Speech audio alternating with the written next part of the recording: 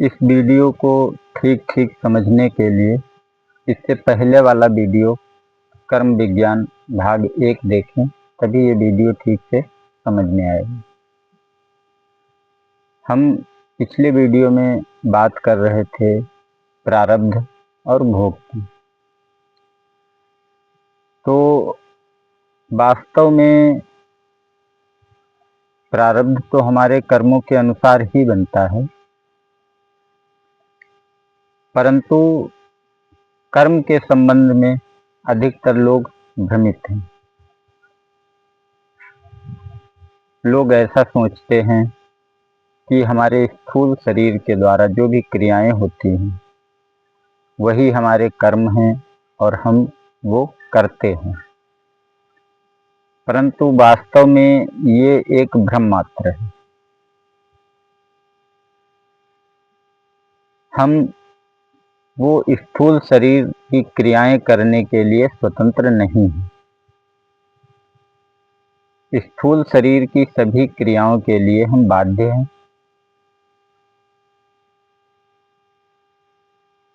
स्थूल शरीर की सभी क्रियाएं समष्टि मन के द्वारा निर्धारित होती हैं। समष्टि मन सभी शरीरों की स्थूल की क्रियाएं निर्धारित करता है, परंतु उन क्रियाओं के पश्चात हम क्या विचार करेंगे, क्या इच्छाएं करेंगे, क्या संकल्प करेंगे, उसके लिए हम बाध्य नहीं। मनुष्य में और पशुओं में यही भेद है कि मनुष्य उन क्रियाओं के पश्चात कुछ संकल्प करता है, कुछ इच्छाएं करता है, कुछ विचार करता है, तो उसके वो जो नए विचार, नए संकल्प, नई इच्छाएं हैं, पशुओं में या अन्य योनियों में इनका अभाव होता है।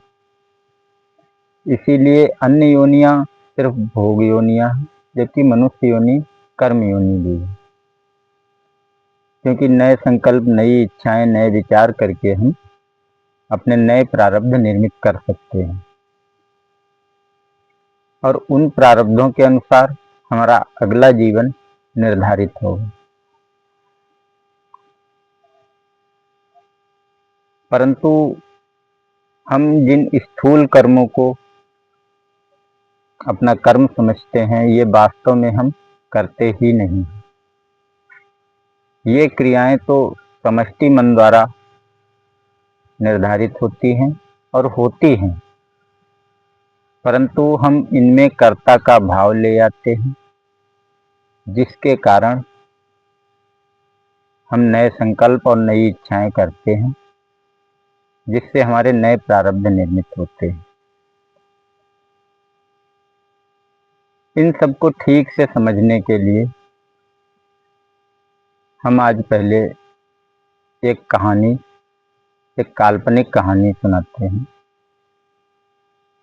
तो कहानी तो काल्पनिक है, उसके सभी घटनाएं के पात्र सभी काल्पनिक हैं। किसी घटना या व्यक्ति से इसका कोई संबंध नहीं है, लेकिन इस कहानी के माध्यम से आप ये समझ सकते हैं कि ये प्रारब्ध कैसे निर्मित होते हैं और हमारा स्थूल शरीर का क्रियान्वयन पूर्ण निर्धारित होता है हमारे प्रारब्धों के अनुसार। तो कहानी के 4 पात्र हैं। एक है सत्यजीत, एक है अनुराधा, एक है कामिनी और एक है रंजीत। घटनाक्रम इस प्रकार है कि आप मान लीजिए लगभग 500-600 साल पहले एक सत्यजीत नाम का व्यक्ति था, जो कि धार्मिक व्यक्ति था और एक ऐसे संगठन से जुड़ा हुआ था जिस संगठन के सभी लोग ब्रह्मचर्य का पालन करते थे, और उस संगठन का काम था दुष्टों का संहार करना।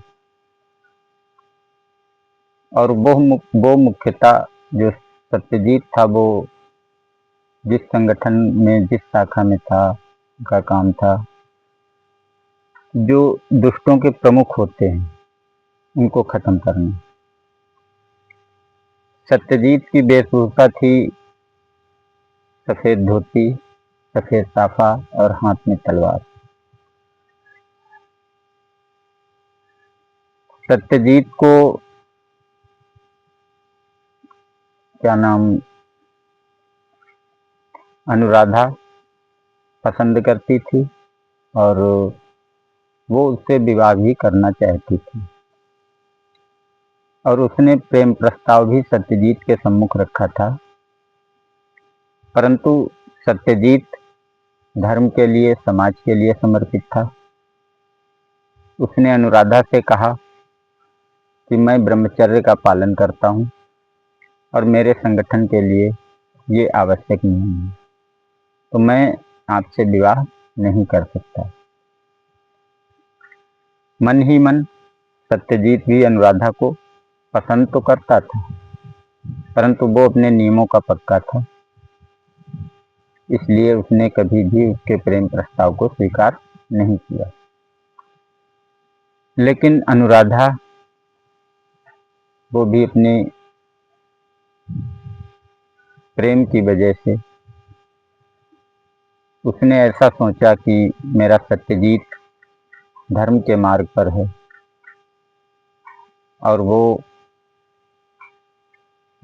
धर्म की खातिर मेरे प्रेम को स्वीकार नहीं कर सकता है, तो मेरा भी धर्म है कि मैं उसके अतिरिक्त अन्य किसी से भी न ही प्रेम करूंगी, न ही विवाह करूंगी। तो अनुराधा ने भी उसी की तरह ब्रह्मचर्य का पालन किया घर में रहकर।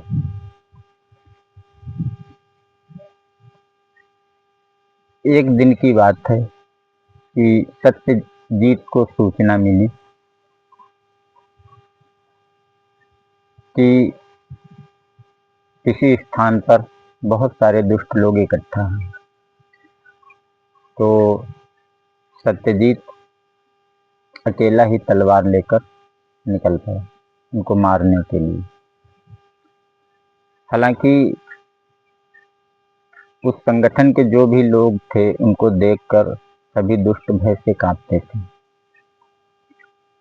तो जब वो उस स्थान पर पहुंचा जहां के संबंध में उसे सूचना मिली थी, वहां उसने देखा सबसे पहले जहां से निकास था वहीं पर उसने देखा कि एक पुरुष नीचे लेटा हुआ है और उसके ऊपर एक स्त्री है, वो दोनों नग्न हैं।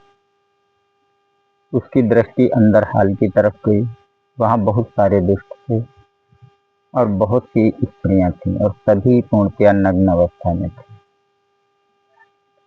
तो सबसे पहला विचार तो सत्यजीत को उठा कि ये सभी स्त्रियां जो इन दुष्टों को आनंद प्रदान करने आई है, ये भी दोषी हैं इन दुष्टों के साथ, का इन सबको मार देना चाहिए, इनकी गर्दन काट देनी चाहिए।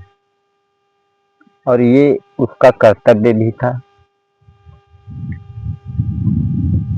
और ये उसके लिए उचित भी था। परंतु उसके पूर्व के संस्कारों की वजह से और उसके पुरुष प्रधान अहम की वजह से उसकी ये इच्छा थोड़ा सा परिवर्तित हो गई। उसने सोचा दंड ही देना है तो मैं इसको बलात्कार करके इसको दंड दूंगा। तो सत्यजीत ने भावावेश में उस स्त्री का बलात्कार किया जो उसी निकास के रास्ते पर थी। उस स्त्री का नाम कामिनी था। अब क्योंकि सत्यजीत ने अपने पूरे जीवन में कभी भी स्त्री संसर्ग नहीं किया था, कामिनी के संसर्ग से उसे जो आनंद प्राप्त हुआ, जो सुख प्राप्त हुआ, उस सुख की वजह से उसके मन में पुनः संसर्ग की इच्छा उत्पन्न है। अब उस कामिनी के साथ संसर्ग होना ये सत्यजीत के प्रारब्ध के अनुसार निश्चित था। इसका तो कोई फल नहीं बने।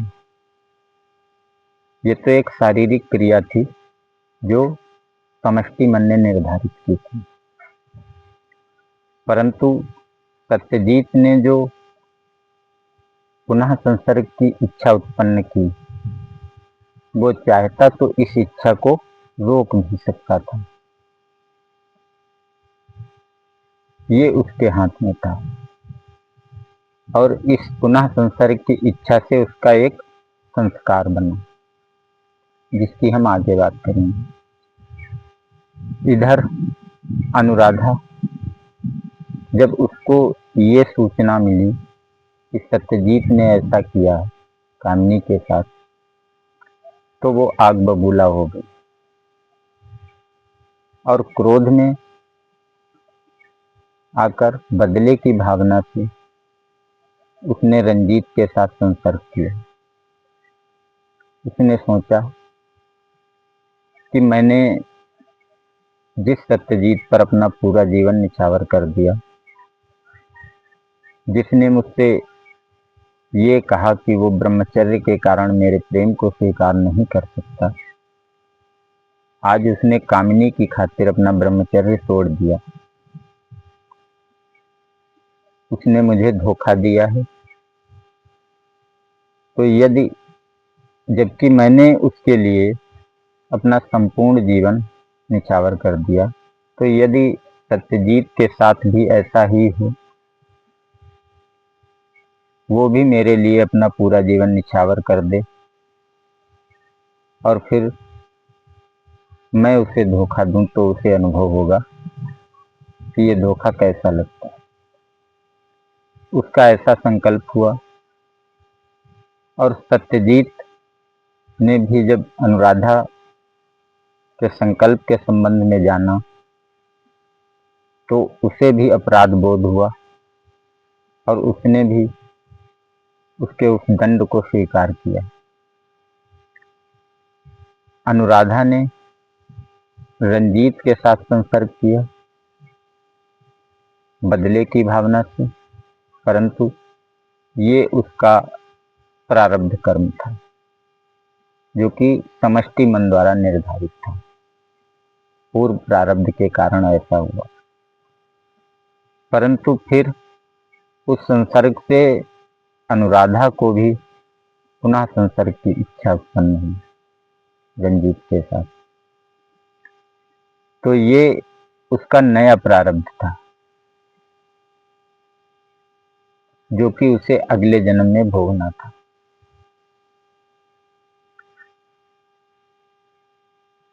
फिर उसके पश्चात उन सब ने अगली बार दोबारा जन्म लिया। अब आगे अगले जन्म की बात हम अगले वीडियो में करेंगे, क्योंकि वीडियो काफी लंबा हो जाएगा।